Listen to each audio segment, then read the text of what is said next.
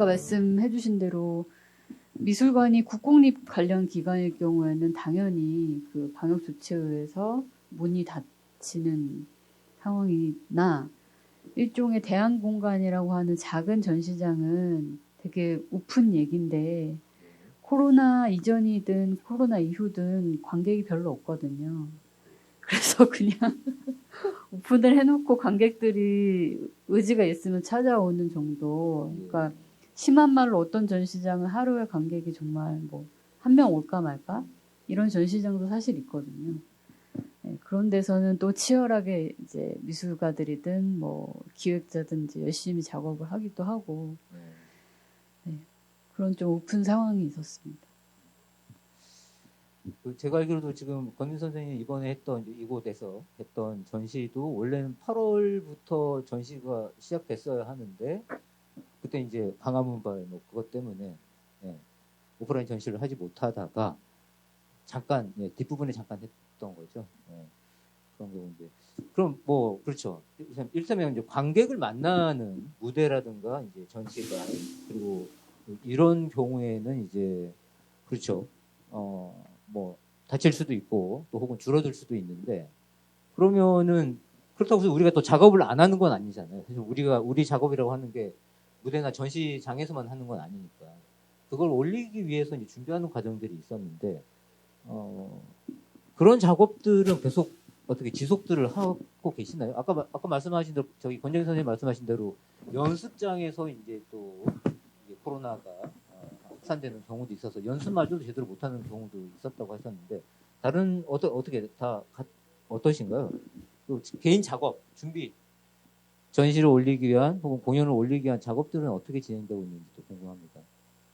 자신의 본업이 그러니까 전적으로 전업으로 활동하지 않더라도 어떤 뭐 방향성이 음악이다라고 세워놓고 삶을 살다 보면 다른 일을 하다가도 음악을 실현해야겠다라는 생각을 막 할 수 있잖아요. 그래서 공연을 계속하거나 아니면은 공연을 위한 뭐 창작을 해나거나 이런 것들이 일상적으로 이루어질 수 있거든요.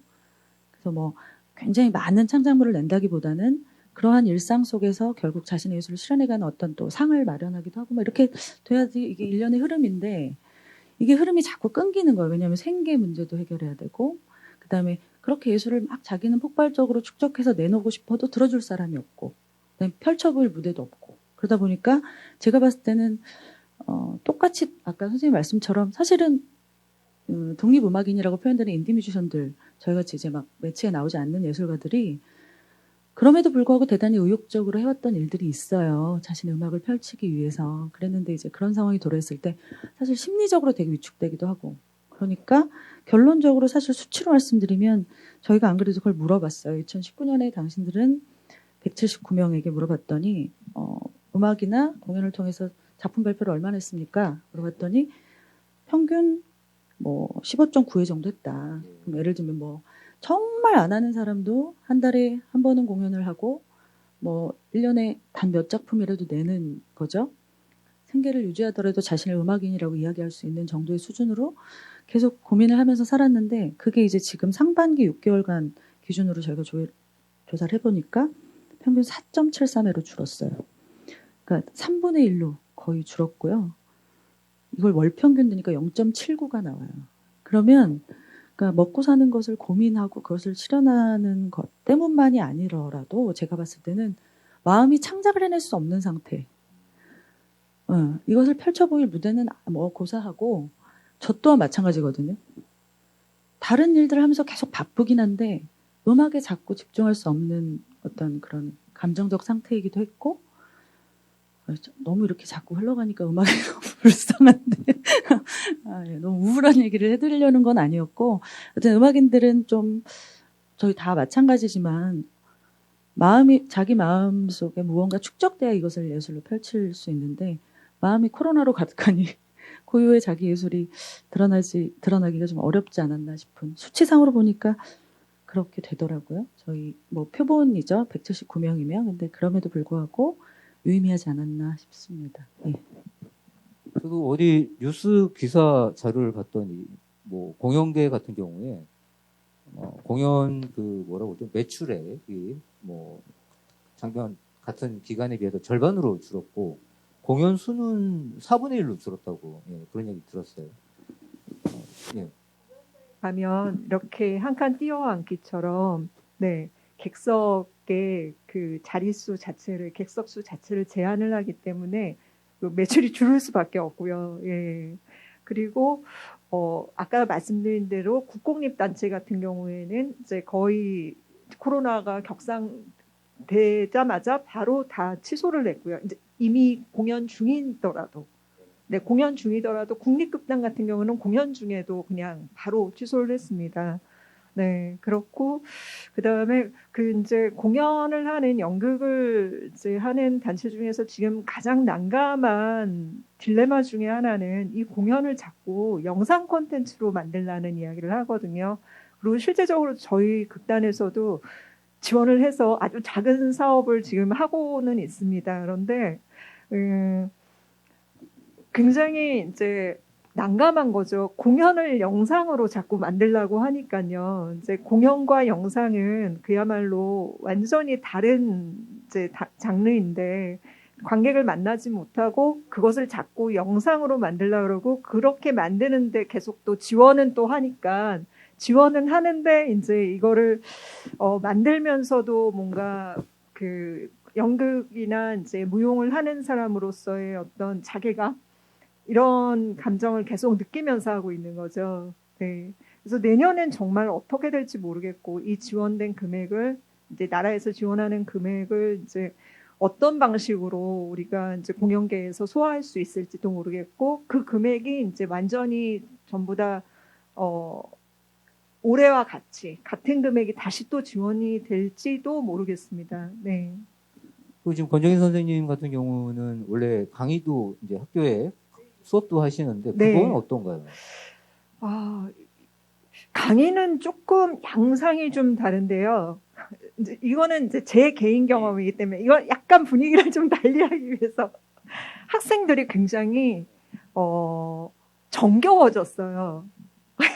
아니 못 만나다 만나니까 정겨워졌다는 얘기 아니에요? 네, 이게 코로나 상황이니까 학생들이 만나지를 못하잖아요. 그래서 한 주는 이제 등교 수업을 하고 한 주는 이제 줌에서 만나거든요. 그래서 그런지 아이들이 와서 자기들끼리 싸우는 일이 없어요. 저는 이제 중고등학교를 계속 한 10여 년간 했었거든요. 근데 이제 학교에 가면 이제 어마어마한 일들이 계속 늘 사건이 비일비재하게 일어나죠. 네, 반에서도 이제 갈등 관계가 많이 있고요. 그런데 이제 아이들이 학교 초부터 마스크를 쓰고 있으니까 서로 친해질 시간이 없는 거예요.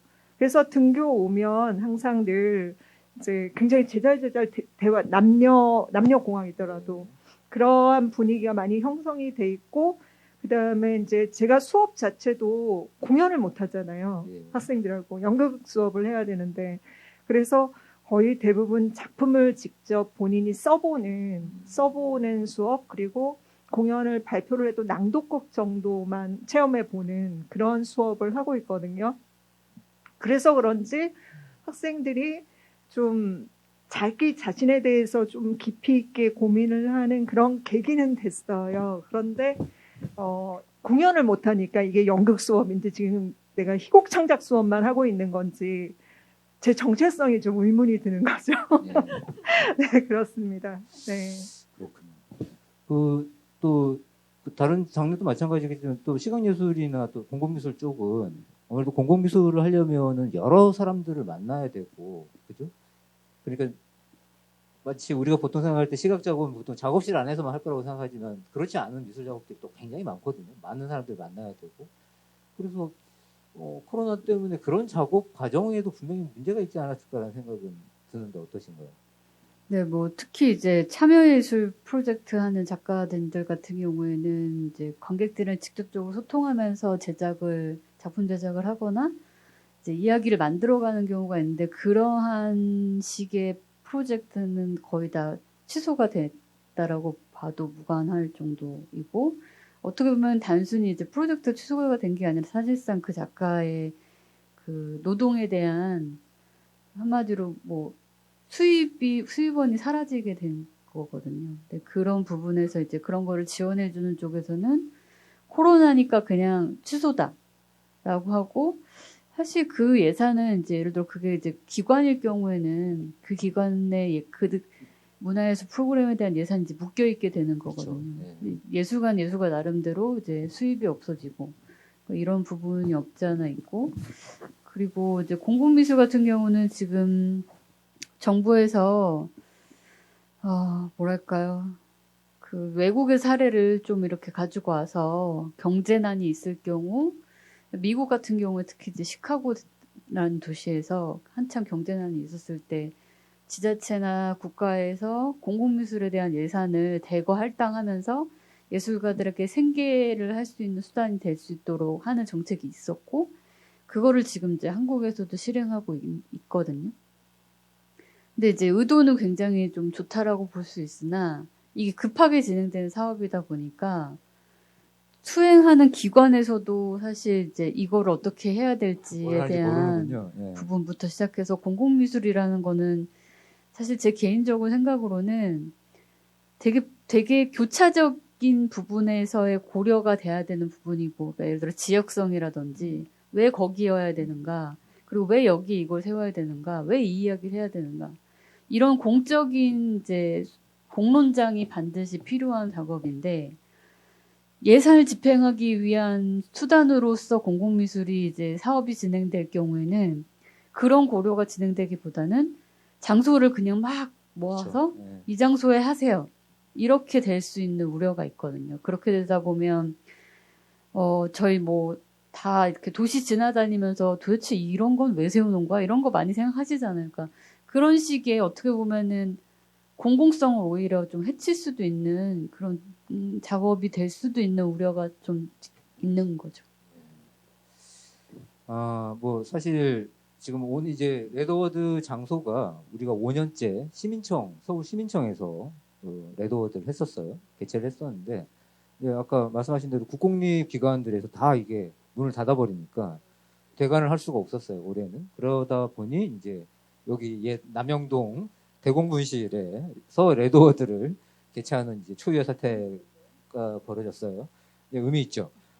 근데 뭐 코로나 때문에 덕분이라고 해야 될지 모르겠습니다만, 하여튼 그리고 당장 이제 굳이 작업이 아니더라도 각종 그 집회라든가 행사들이 다 이제 그렇게 되고, 그리고 거기에 종사를 하는 여러 이제 형태의 노동자들, 대부분 프리랜서 노동자들이거든요. 문화 쪽이건 뭐 그쪽 설치하는 분들이건 간에 다 지금 굉장히 어려워진 상태죠. 거기다가 말씀하신 대로 요즘 뭐 정부에서 750억이었나요? 정부에서 지원했던 금액이 750억을 풀어서 시각예술인들을 지원을 하겠다. 그래서 이제 공공미술 참여하고 각 지역에서 참여를 하고 얼마씩 활동비를 받으라, 뭐 이런 식이겠죠. 뭐 저한테도 심사위원으로 뭐 와 달라는 메일들이 여러 번 왔었어요. 근데 정말 말씀하신 대로 지금 이 상황에서 공공미술이라고 하는 특성이 굉장히 많은 사람들을 만나고, 아까 공론의 장도 필요하다고 하고, 이게 사실은 대면 접촉이 필요한 일들이거든요. 근데 이것 없이 공공미술을 하라고 한다는 거는 그야말로 그냥 아무런 소통 없이 뭐 하나 그냥 세워 놓으라는 얘기밖에 되지 않을 거고, 설령 세워놓은들 거기에 사람들이 접근할 수 있는 것도 가능하지 않잖아요. 참 걱정이긴 해요. 근데 그 어마어마한 돈이 또 그렇게 풀리고 있습니다. 그런 상황이고요. 근데 이제 저는 걱정스러운 건 그거예요. 지금 그렇게 공연들이 줄어들고 혹은 취소가 되고 전시가 취소가 되고 작업을 할 수 없게 되고, 그것도 그뿐만이 아니죠. 사실 많은 프리랜서 예술인들이 예술 작업 외에 생계 유지를 위해서 다른 어떤 사이드 잡들을 많이들 하잖아요. 근데 이것들마저도 사실은 굉장히 줄었어요. 그죠? 그 일들마저도. 그래서 정말 지금 우리 예술인들이 생활하는 것이 정말 극소수, 예술인들 상층의 극소수, 아마 1%도 안 될 거예요. 0. 몇 % 정도 되는 사람들 외에는 지금 현재 생계 자체도 굉장히 힘들지 않을까라는 생각이 드는데, 그건 어떠신가요? 차마 말할 수가. 코로나 블루 뭐 이렇게 얘기가 되고 이제 주변 예술인들이 막 힘들다라고 하면서, 근데 나오는 공통적인 이야기 중 하나는 사실 별 차이가 없다. 코로나 이전과 이후가. 그러니까 예를 들어 이제 시각예술 같은 경우는 직접적으로 관객을 만나는 작가가 아닌 이상 이제 본인이 이제 작업을 해서 하게 되는 경우가 있는데 사실 그 작업으로 본인의 생계 유지가 되는 상황은 코로나 이전에도 아니었거든요. 그러다 보니까 그런 식의 어떻게 보면 그것도 역시 이제 오픈 얘기인데 저는 그런 맥락에서 이제 단순히 이제 나의 생계가 이전과 이후와 별 차이가 없다라고 생각한다라는 것 자체가 사실상 이제 코로나와 맞물려서 우리가 문화예술 정책을 생각해야 되는 부분도 있지만 근본적인 문제가 반드시 해결이 돼야 되지 않나라는 좀 생각이 들기도 했어요. 예. 혹시 어떻게 다른 장면은 어떠신가요?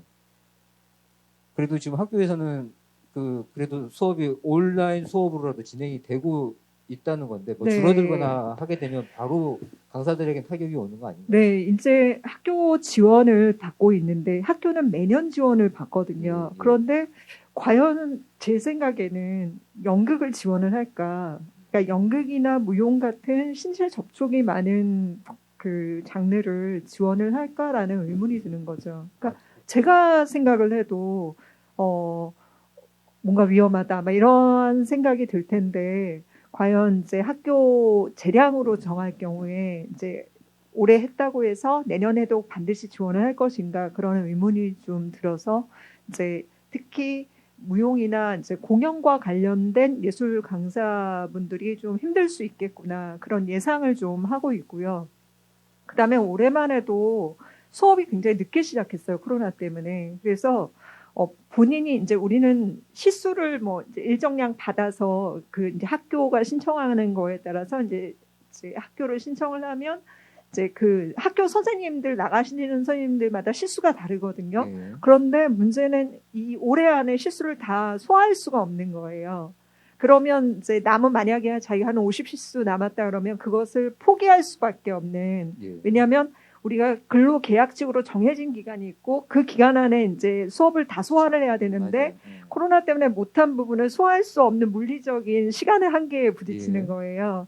그래서 수업을 그야말로 타이로 네, 이 코로나 때문에 포기할 수밖에 없는 그런 선생님들도 계시거든요. 그럼 거기에 대한 수업료는 어떻게 그런 처리가 거에 대한 대처가 그야말로 가이드라인이 없는 거죠. 지금 예. 이제 운영기관에서. 예. 그렇기 때문에 지금 그런 문제들을 내년에는 과연 어떻게 합리적으로 해결을 할까 하는 것도 회의를 하고 있는지 어쩐지도 잘 모르겠어요. 네, 왠지 그래서 안 하고 있을 네. 것 같은데. 예. 그래서 이제 예술강사 노조에서 그런 분들을 계속 항의를 하고 예, 그렇죠. 이제 뭐 위원장님이나 부위원장님들 그 이제 임원진들이 계속 진흥원이랑 면담을 하고 있는 예. 상황이고 이제 조합원들한테 계속 그 내용을 알리고 있죠. 예. 네.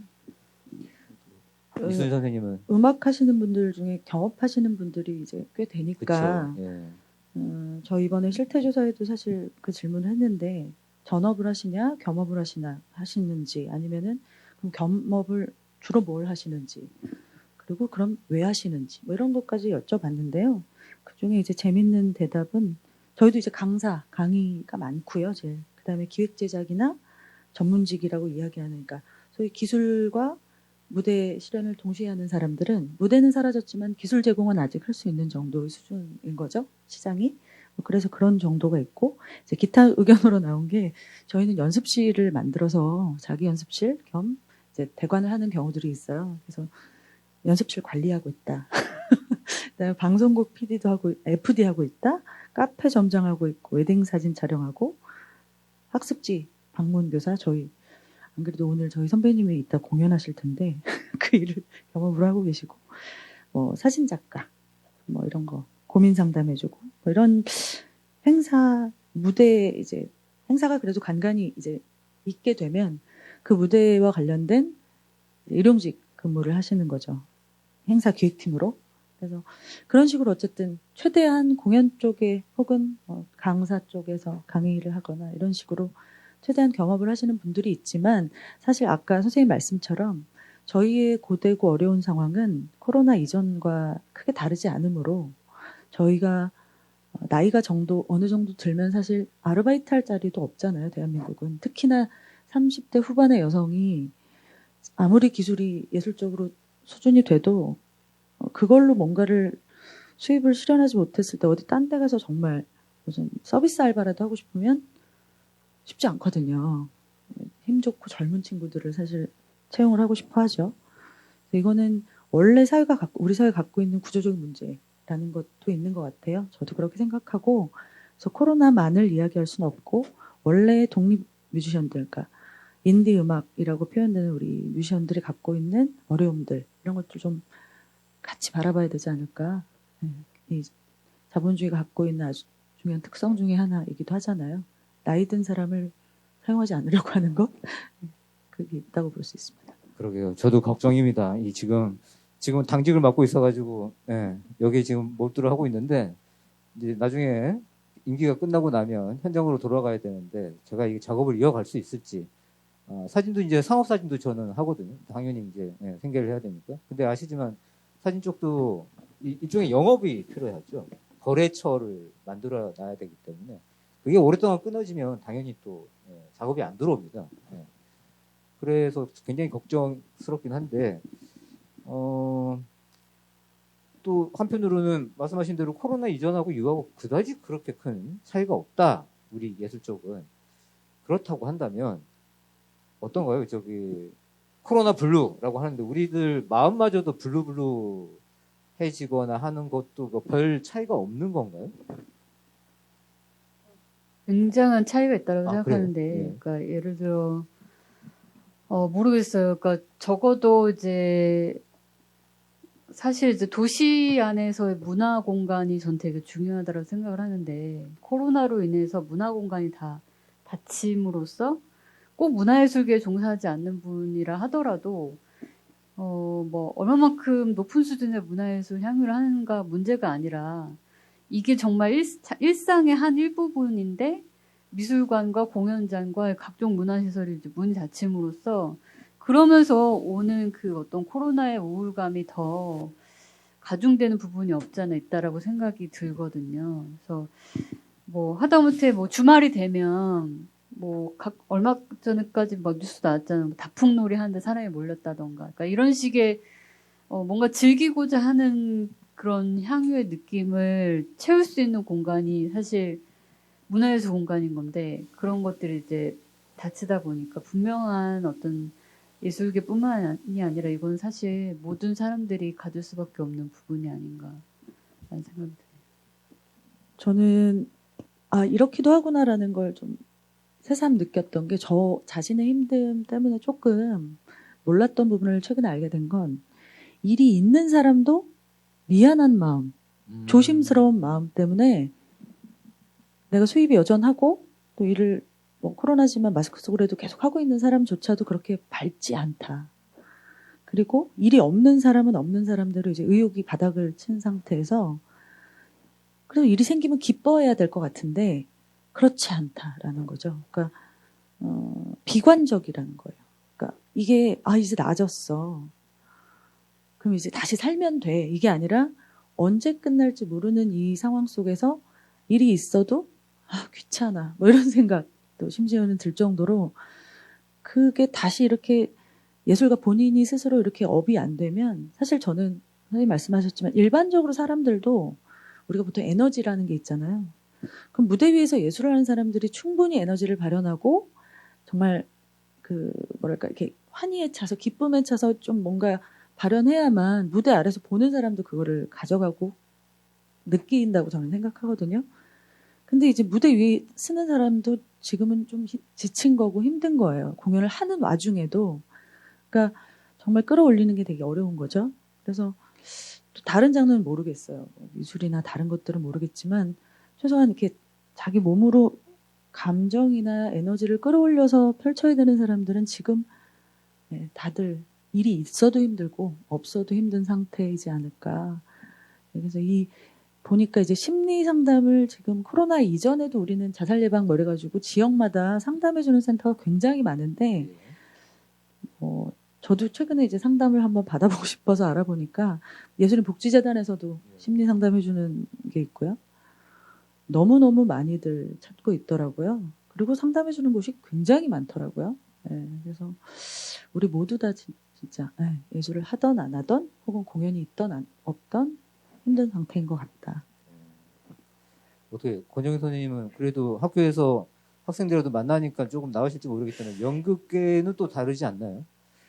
연극계는 이제 아까도 말씀드렸듯이 이제 접촉을 해야 되는 그러한 상황이기 때문에 배우들이 이제 위축된다는 게 자기가 이제 위험할 수 있다는 어떤 불안을 가지고 이제 연습을 해야 된다는 게 그게 이제 심리적으로 굉장히 큰 문제일 거라고 생각을 하고요.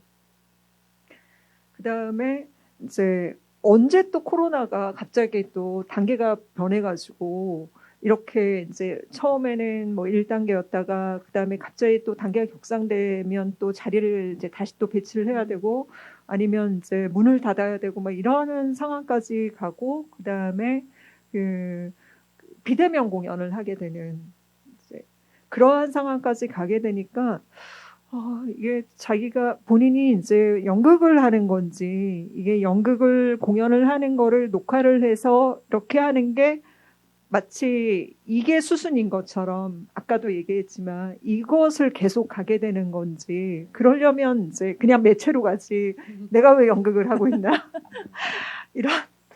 이런 자신의 어떤 정체성에 대한 혼란까지 가게 되는 그 불안과 그 혼란 막 여러 가지가 심리적으로 그야말로 압박이 들어오지 않나 그런 생각을 하게 됩니다. 저도 뮤지컬을 몇 편 해봤는데, 예. 그러니까 관객이 주는 그 힘이 있어요. 그렇죠. 그리고 내가 딱 뭔가를 노래 하나를 하던 액션 하나를 했을 때 관객이 이렇게 몰입해서 무언가를 나에게 주면 돈은 둘째가 되고 그 힘과 에너지를 받아서 일상을 꾸려가는 거거든요. 그게 우리의 큰 가치이기도 하고 그런데 두려움으로 나도 펼치지 못하지만 보는 분들도 사실 마음이 막 이렇게 열려서 본다기보다는 좀 그래서 궁금하니까 보고 싶어서 왔는데 뛰어앉고 그러니까 모든 상황이 사실 불안한 상황이죠. 모두에게.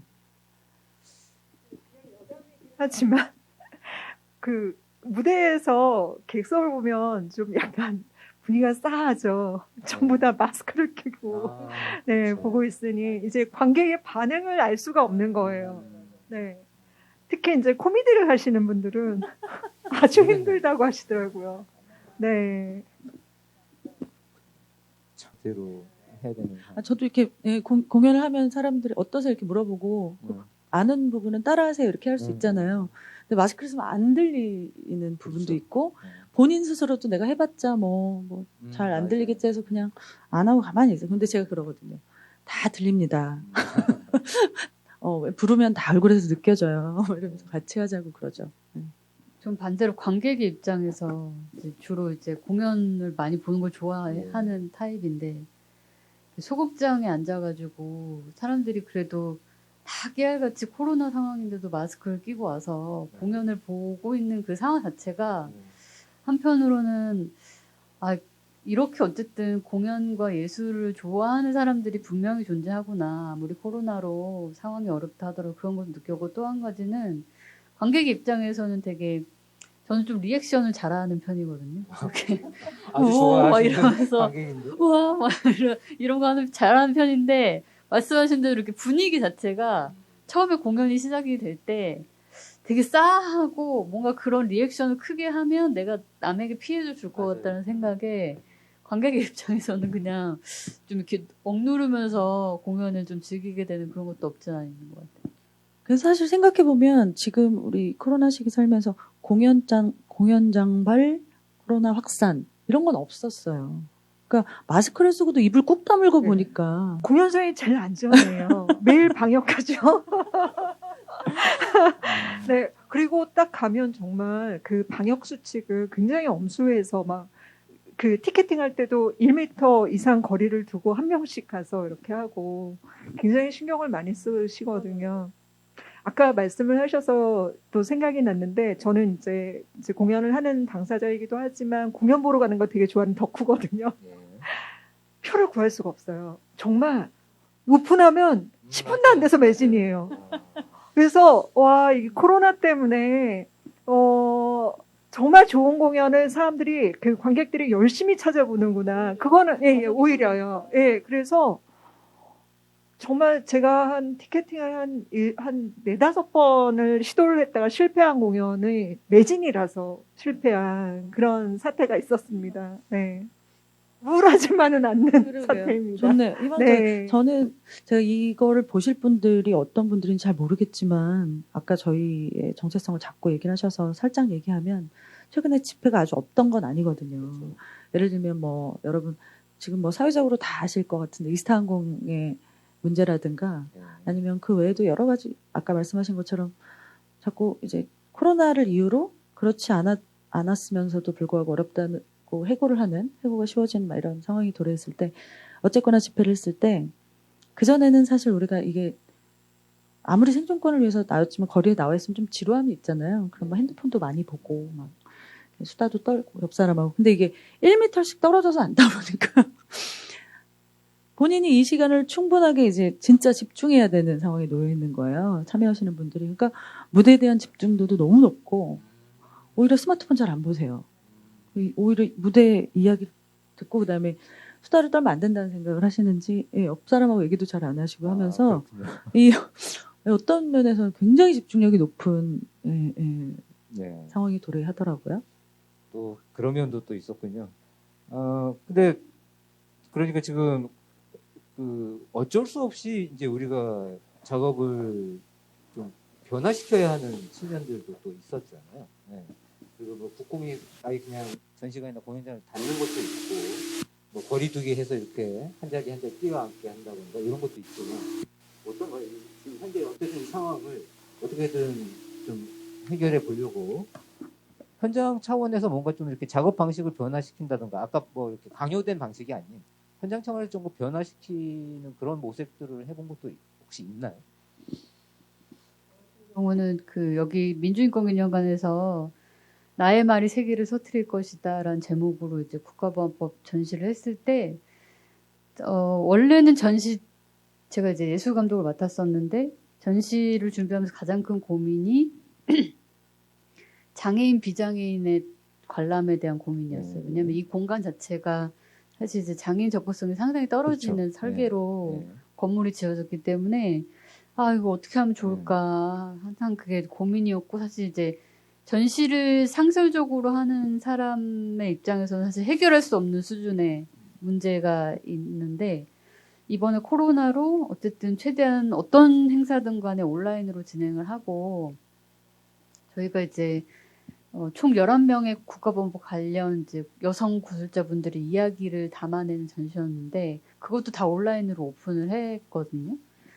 근데 이제 반응 중에 하나가 이제 그런 식의 접근성이 떨어지는 분들, 비단 이제 장애인뿐만이 아니라 비장애인 분들이라도 수도권 서울에 거주하지 않는 분들이 정말 평소였으면 어쩌면 아예 보지도 못했을 전시인데 이렇게 온라인으로 해줘서 너무 좋다. 뭐 나는 뭐 어디 저기 무슨 남해안에 사는데 이렇게 온라인으로 봐서 너무 좋다. 저희가 VR 촬영도 다 했었거든요.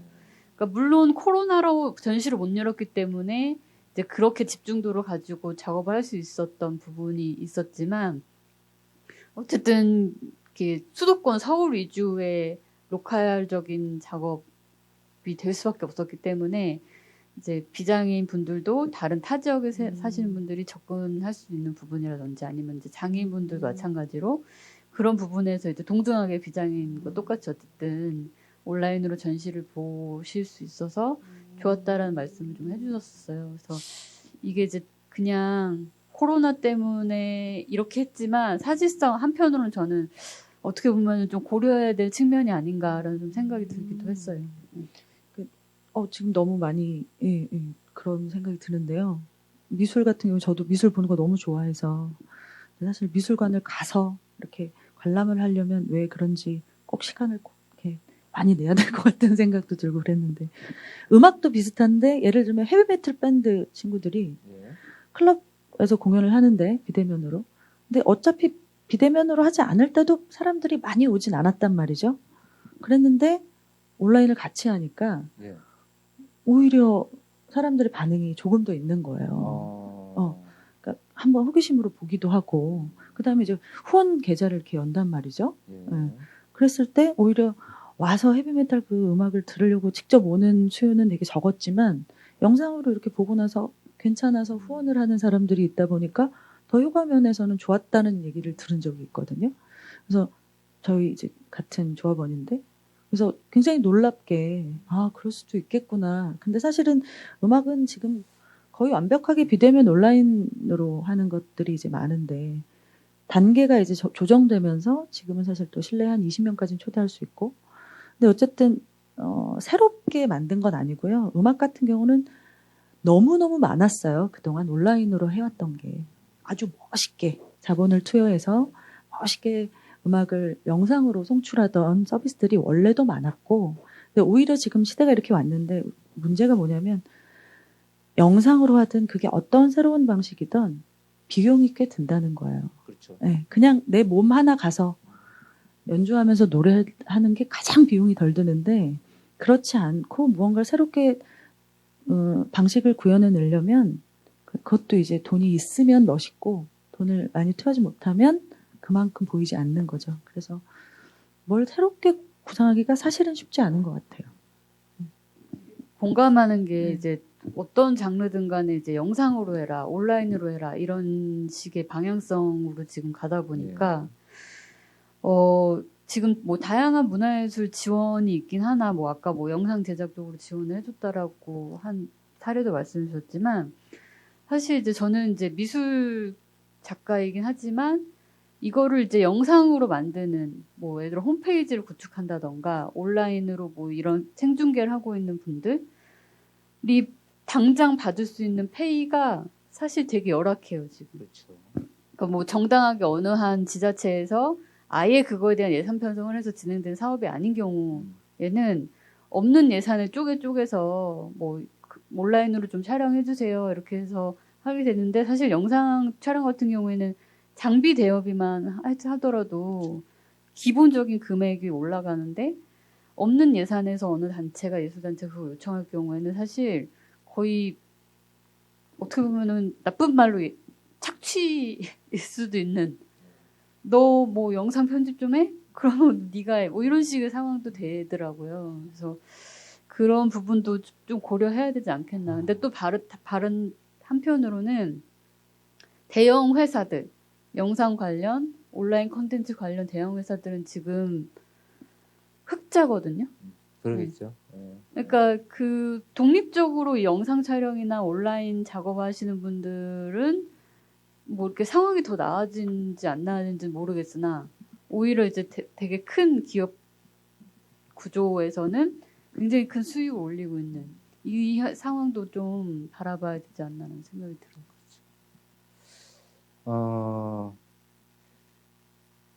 정말 지금 코로나 상황 때문에 뭔가 좀 과거에 하여튼 보이지 않았던 것이 분명히 보이는 점은 있는 것 같아요. 좀 우리가 생각하지 않았던 걸 생각하게 하는 면도 분명히 있는 것 같고 그러긴 한데 또 사실 정부도 그래서인지 아마 뭐 여러 가지 나름대로는 지원 정책이라고 내놓는 게 있고 또 그렇게 뭐 방향성을 잡으려고 하는 것 같긴 해요. 그래서 여러 가지 지원들을 뭐 물론 전 국민에게 그 지원했던 지원도 있지만 또 예술계에 특별히 지원했던 것도 분명히 있긴 합니다. 각 장르별로 혹시 그런 지원들은 받은 경험들이 있는지 혹은 주변에 있는지 말씀을 좀 해주시고 근데 또 말씀 자연스럽게 하실 것 같은데 그 한계가 또 있다면 같이 좀 말씀을 해주시죠. 네, 아까 말씀드린 대로 그 이제 공연이나 이제 그 다양한 예술 장르의 아트 체인지업이라고 그래서 비대면 영상 제작 콘텐츠를 만드는 지원을 이제 아주 작은 금액과 그다음에 좀 1,000만 원 단위의 큰 금액으로 지원을 하는 사업을 문화예술위원회에서 추진을 했고요. 굉장히 많은 팀들이 이제 각 지역에서 돼서 보통 이제 지역의 문화재단과 연계해서 이제 운영기관으로 해서 지금 사업을 진행을 하고 있는 것으로 알고 있고, 저는 정말 아주 작은 금액을 지원을 받았는데요. 아까 말씀하신 데 굉장히 동의를 해요. 영상 제작이라는 것은 그야말로 이제 굉장한 노동력이 이제 시간과 노동이 같이 들어가는 작업이고 그다음에 장비를 대여하는데도 비용이 많이 드는데 그 제작비로서는 뭔가를 하기도 그렇고 안 하기도 그러한 이제 한 500만 원 정도의 돈을 이제 여러 팀한테 나눠주는 거죠. 여러 팀한테 나눠주거나 아니면 이제 적은 팀한테 이제 뭐 한 5천만 원 정도의 금액을 주고 뭔가를 만들려고 하는데 그게 매년 이렇게 또 된다면 그것도 또 문제라고 생각이 들거든요. 네. 계속 이렇게 무언가를 자꾸 뭘 이렇게 그 자기 장르를 넘어서는 영상 콘텐츠를 만드는 게 좋은 건가? 아니면 그 영상 콘텐츠를 정말 그 잘 만들어줄 수 있는 어떤 단체를 좀 유용하게 이용할 수 있는 오히려 그런 단체를 만들어줘서 거기가 합리적으로 운영이 되게끔 하는 게 더 낫지 않을까라는 생각까지 들 정도로 과연 어떤 방법이 더 좋을까? 이렇게 그야말로 영세업자들을 계속 만드는 거잖아요. 네. 그리고 항상 열악한 상황에서 뭔가를 그렇죠. 하게끔 하잖아요. 네. 그래서 일단 그 어떤 예술가로서의 작업은 계속 유지를 하고 싶은 마음에 지원은 해놨는데 지원이 돼도 이걸 해도 그렇고 안 해도 그런 상황을 자꾸 만드니까 안 되겠다. 뭔가 좀 다른 방법 필요하겠다. 그런 생각은 하고 있습니다. 네. 사실 한국 문화예술계 그런 다양한 지원 사업들 코로나로 대비해서 하는 1년에 되게 많은 것들이 저는 상대적으로 다른 국가들에 비하면 훌륭하다고 생각을 해요. 그러니까 이 정도로 어떤 공공기관이 재빠르게 유연하게 뭔가 이렇게 탁 바꿔서 코로나 지원하겠다 이렇게 하는 나라가 사실 많지가 않거든요. 그건 되게 훌륭하나 문제는 이제 디테일에 있는 것 같아요. 그러니까 그런 지원 사업을 했을 때 아까처럼 이제 공공미술에 대한 되게 큰 예산 사업으로 책정을 하면 그게 잘 진행될 수 있는 방법이 무엇인지가 사실 물론 고민이 될 시간이 없이 이거를 만들었겠죠. 그거는 이제 응당 이해가 되나 그런 측면에서 이제 그거를 수행하는 뭐 예술 당사자든 아니면 예술계 종사자들과 그만큼 유연한 소통이 반드시 필요한 부분인 것 같아요. 근데 그거 없이 일단 예산 측정 결정됐고 이걸 집행하는 게 중요하다. 이런 식으로 진행이 되면은 굉장히 큰 문제가 있다는 생각이 들고 아까 말씀하신 대로 그러면 다 온라인으로 진행해야 되면 그 온라인에 대한 안정성을 그걸 하는 기관에서 전 보장을 해줘야 된다는 생각이 들거든요. 그러니까 각 예술 단체들이 지원을 받아서 또 다른 온라인 관련한 활동을 하는 단체든 뭐 회사든 이런 데를 컨택을 하게 될 경우에 벌어지는 여러 가지 사실 문제점들이 굉장히 많거든요. 예산도 사실 안 되는 부분이 있고. 그리고 또 하나 한국의 대표적인 예술 지원 정책 사업 중에 큰 특징이 장비 구입, 그러니까 재산 소지가 있는 것에 대한 지원은 안 되거든요. 그렇죠. 네. 그런데 이제 당장 장비를 대여해야 하는 상황이 될 경우에는 정말 쉬운 말로 어떤 예술가분은 예산 지원을 받았는데 장비 대여비로만 다 썼어요. 그러니까 본인에 대한 아티스트 피는 전혀 없이 대여비로만 나가는 거죠. 그럼 대여 회사만 그냥 그러니까 사실 어떨 때는 이 예산 지원 사업이 예술가를 위한 지원 사업인지 장비 대여하는 쪽에 이득을 주기 위한 사업인지 잘 모를 정도로 그러니까 온라인으로 하게 되면 어쨌든 장비 대여하는 건 어쩔 수 없잖아요. 그러니까 그런 측면에서 어떻게 보면 지금 이제 이렇게 발빠르게 잘 정책을 전환한 거는 좋으나 그렇다면 실행하는 단계에서 그걸 지원하는 기관이 뭐 아예 장비 관련한 회사를 안정적으로 계약을 해서 우리가 선정한 지원팀은 이 팀에서 뭐 촬영을 하게 한다던가 아니면 뭐 온라인 편집을 하게 한다던가 그러니까 그런 식의 것으로 돼야 되지 않겠나. 그러니까 예술가들이 지원을 받으면 창작 활동 예를 들어 100이라고 했을 때 어떤 작품을 만드는 게 창작 활동을 하는 시간이 오히려 더 줄어드는 거예요. 그렇죠. 뭐 예산 받으면 예산서 써야 되죠. 뭐 보고서 써야 되죠. 결산해야 되죠.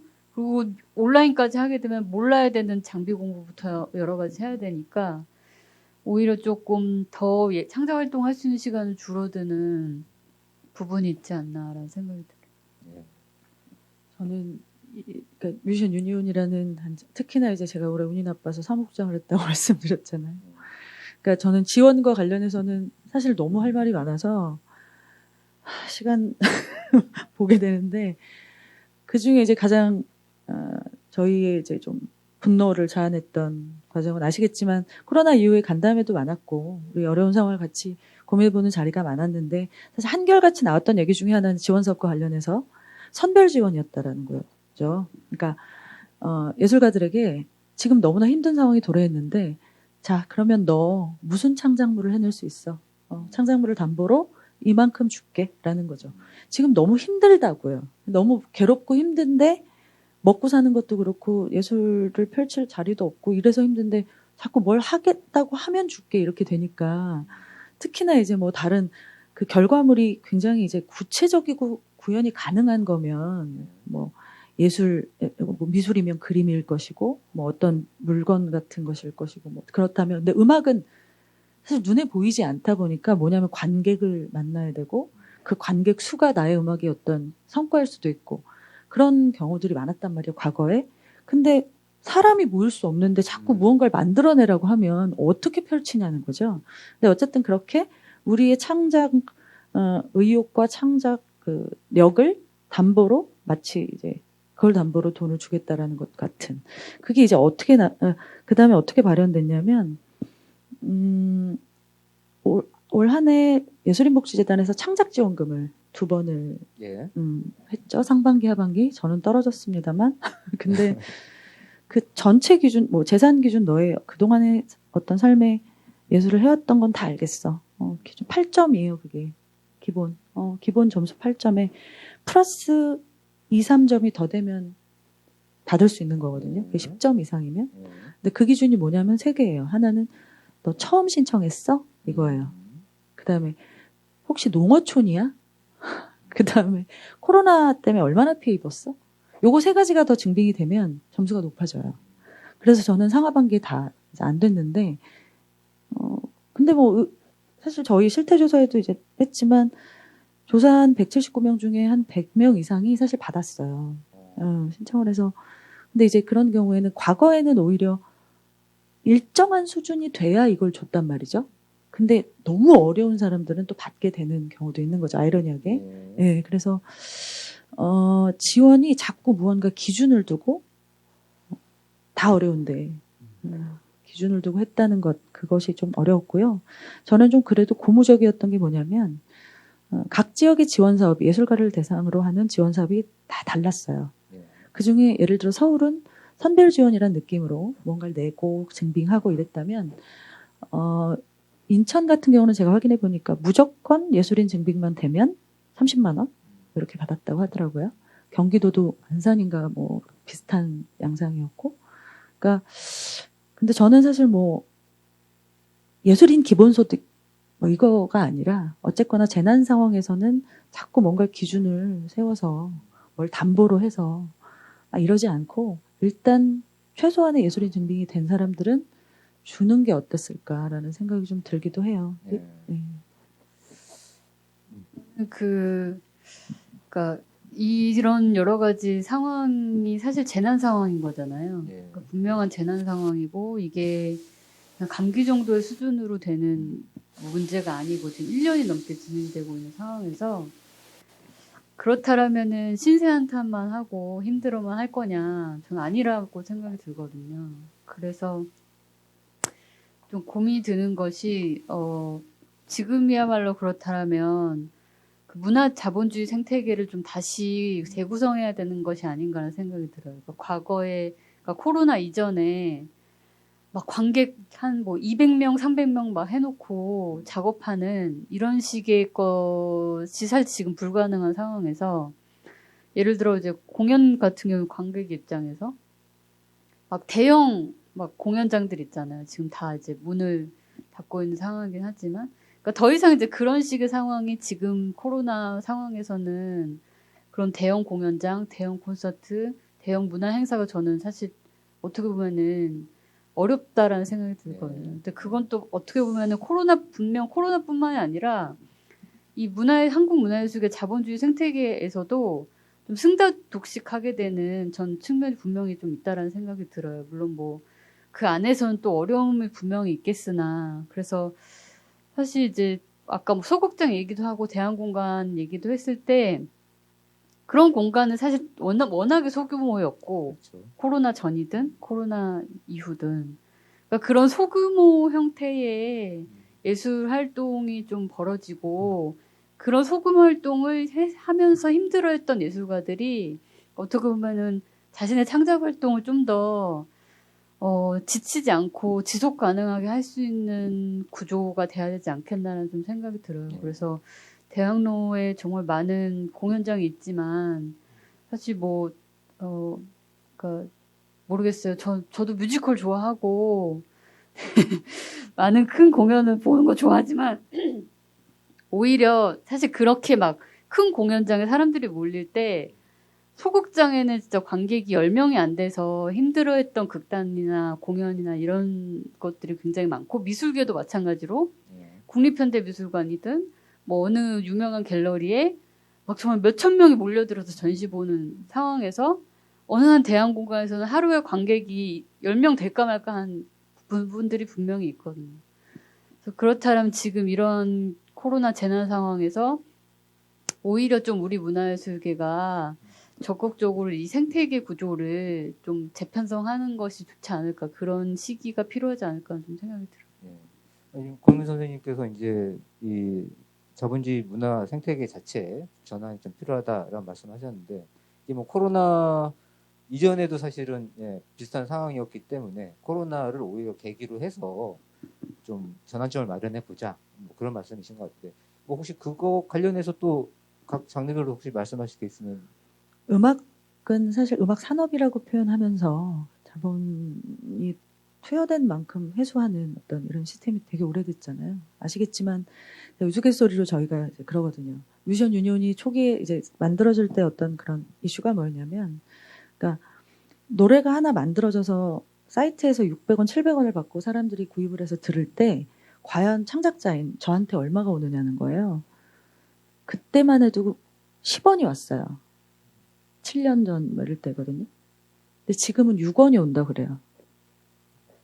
그러니까 이런 얘기를 하는 이유는 이미 음악 시장이라는 것이, 음악 산업이라는 것이 너무나 극명하게 이제 자꾸 산업화돼서 분리되다 보니까, 그리고 그 중간에 이런 표현을 좀 안 쓰려고 했는데 착취 구조가 이제 너무 견고하고 공고하다 보니까 바꿔야 될 게 너무 많은 거예요. 그리고 이제 소위 이제 따로 있는 거죠. 그러니까 플랫폼이 있고요. 플랫폼 노동자라는 말이 있을 정도잖아요. 그러니까 플랫폼이 구조가 있어요. 음악을 만들어내는 사람이 있고 플랫폼이 있고 또 이런 여러 가지 상황 속에서 그냥 단순히 이제 생태계 환경을 바꿔보자라고 하면 생태계를 바꾸려면 여러 가지가 있잖아요. 주체들이 먼저 있을 것이고, 근데 그리고 이제 소비자가 있을 것이고 그 중간에 이제 이 산업을 또 주요하게 같이 하고 있는 사람들이 있을 텐데, 예를 들면 주체들도 스스로 이걸 어떻게 바꿔야 될지 잘 모르는, 그러니까 음악 노동자들 스스로가 음악을 노동이라고 생각하는 것부터 시작해서 이 음악 산업 안에서 정말 뭐 이렇게 조금씩 받는 사람들은 목소리를 내기가 너무 어려운 거예요. 그럼 그렇다고 해서 정말 아까 말씀드렸던 32억을 30몇 억을 벌었던 그 사람들은 또 그럼 이 시장을 좀 더 건강하게 바꿔보자라고 얘기할 것인가? 그렇지 않잖아요. 그러니까 목소리를 내기가 쉽지 않다는 것은 그만큼 저희가 조직화되지도 않았고, 뭐 그래서 사실 너무 간절히 바라는 것 중에 하나예요. 음악 시장 생태계를 변화시키는 것. 근데 정말 암담한 느낌. 저희가 뮤지션 유니온이 지금 현재 142명 정도 후원회원 합쳐서 그런데 저희도 사실 아주 그 노동의 특성상 집단 작업이 아니다 보니까 한번 만나기도 쉽지 않거든요. 그럼 그런 의견을 모아서 어떻게 이 생태계에 반영할 것인가. 그러니까 너무 큰 과제인 거죠. 우리 혼자서 음악 생태계를 바꿀 수는 없잖아요. 전체 종사자가 하나의 목소리를 내도 사실 쉽지 않은데 자본을 상대하려면 그러니까 법과 제도를 같이 또 아울러야 되고요. 그래서 너무 바람하지 않는 말씀인데요. 사실 좀 암담해요. 음악 쪽은.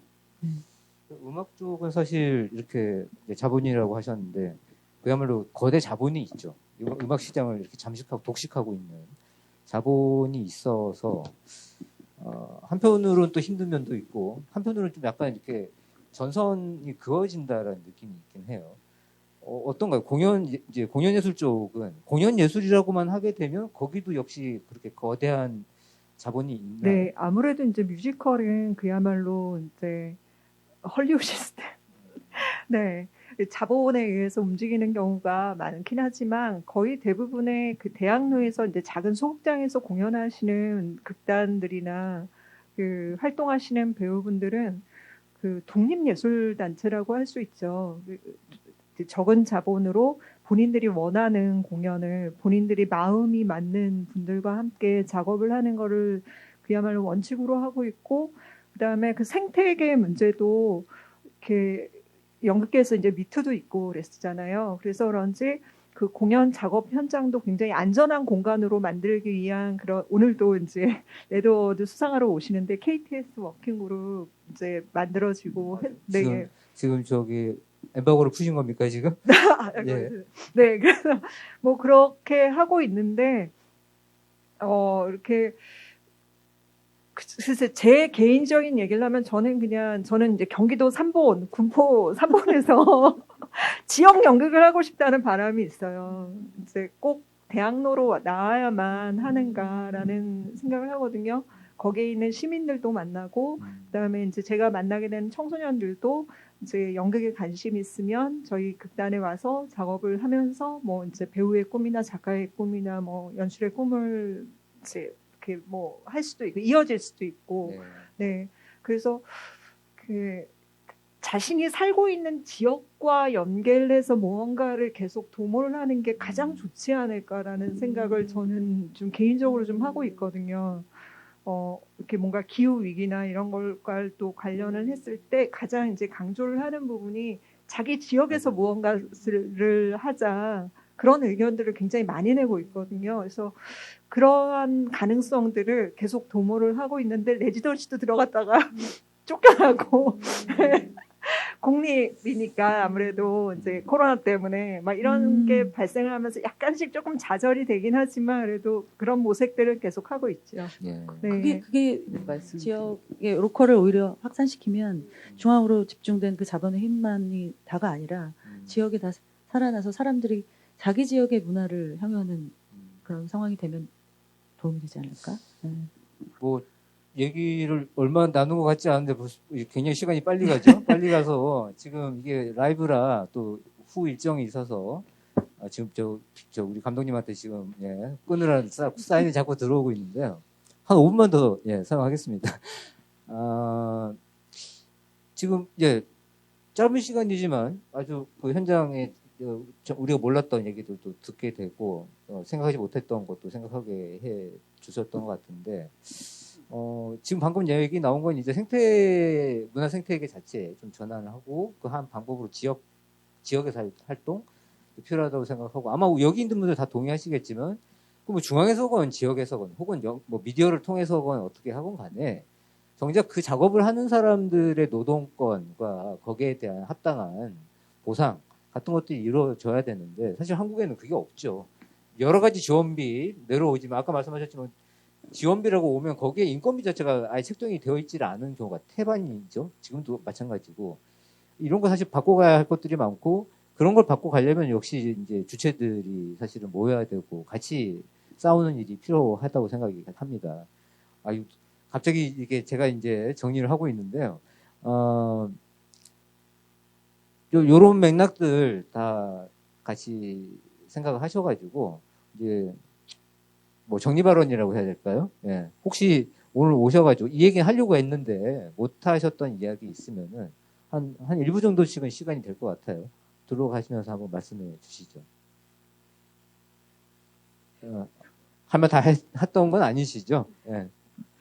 글쎄, 이제 아주 작은 금액을 여러 명과 나누다 보면 노동권을 생각을 해도 굉장히 작아지는 경우가 있거든요. 그래서 언제나 같이 함께 해주시는 분들한테 죄송한 마음을 갖고 있을 때가 있죠. 네.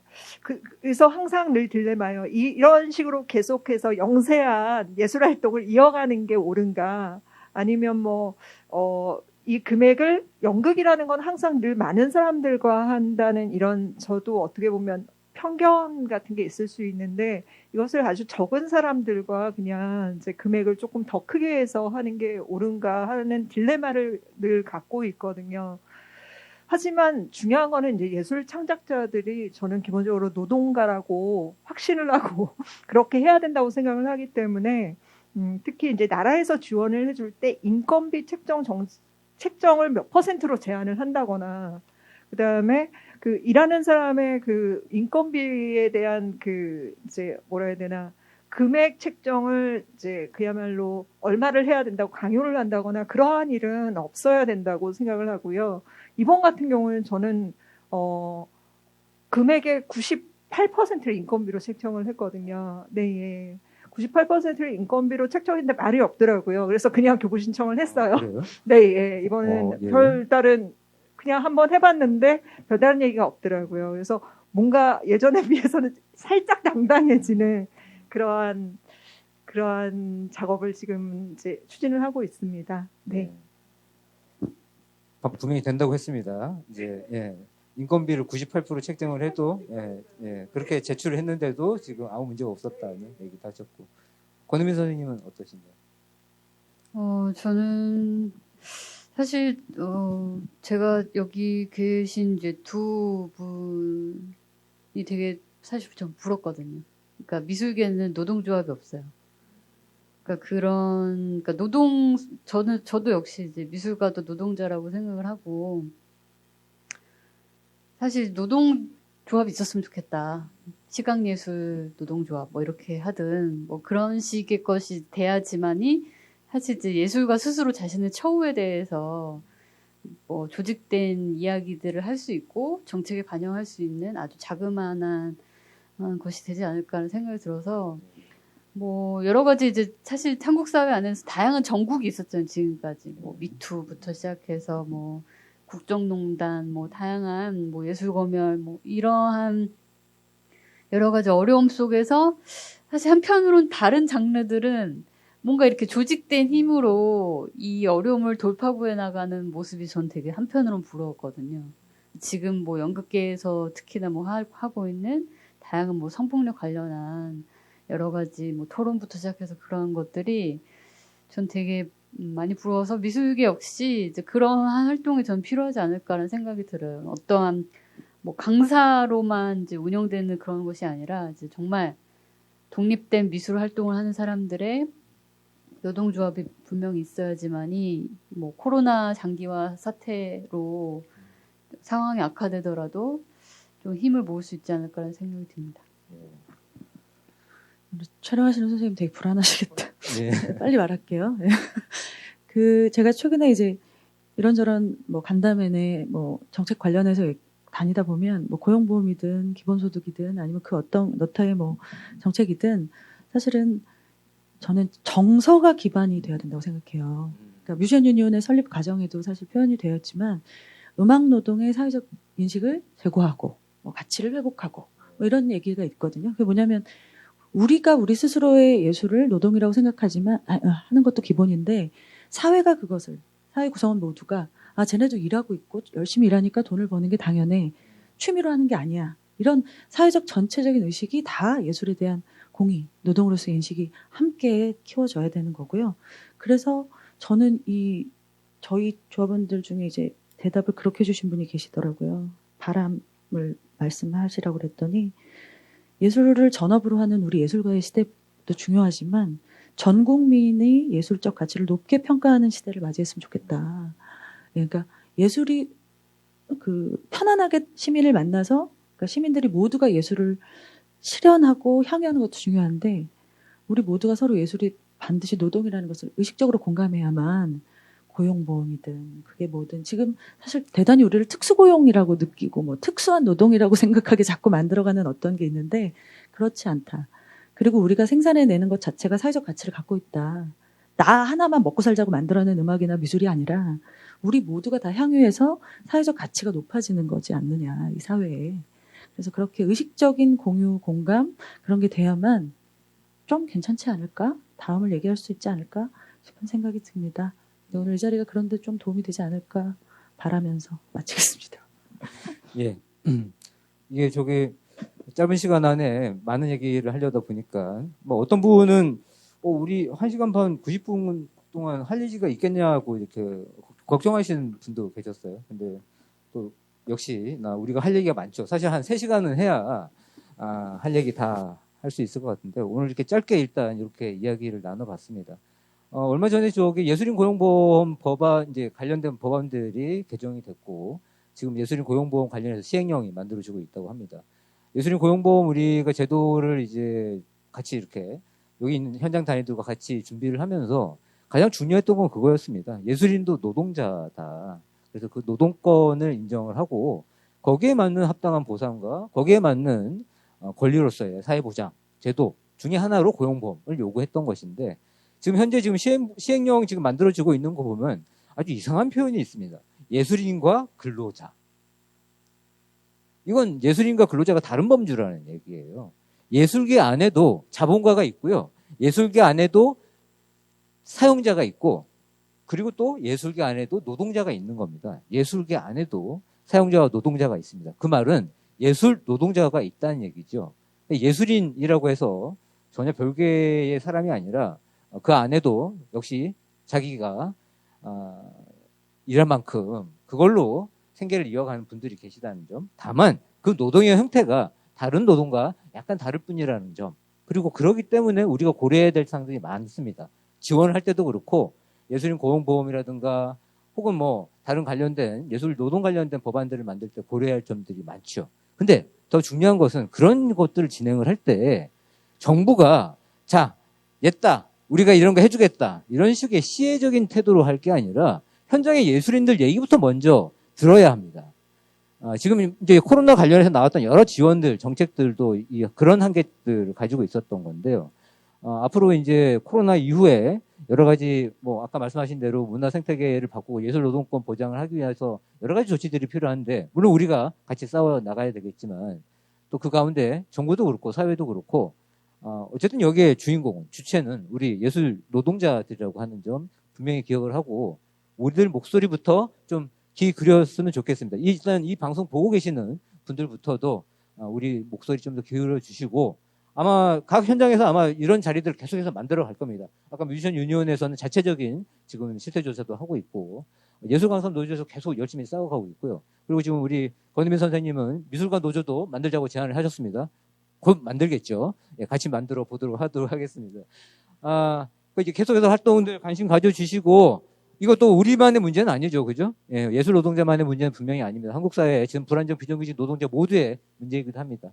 같이 고민하고 또 같이 싸워나가는 그런 계기 만든 자리가 됐으면 좋겠습니다. 오늘 권정희 선생님, 권은미 선생님, 그리고 이수진 선생님, 그리고 저 혈린이었습니다. 감사합니다. 예.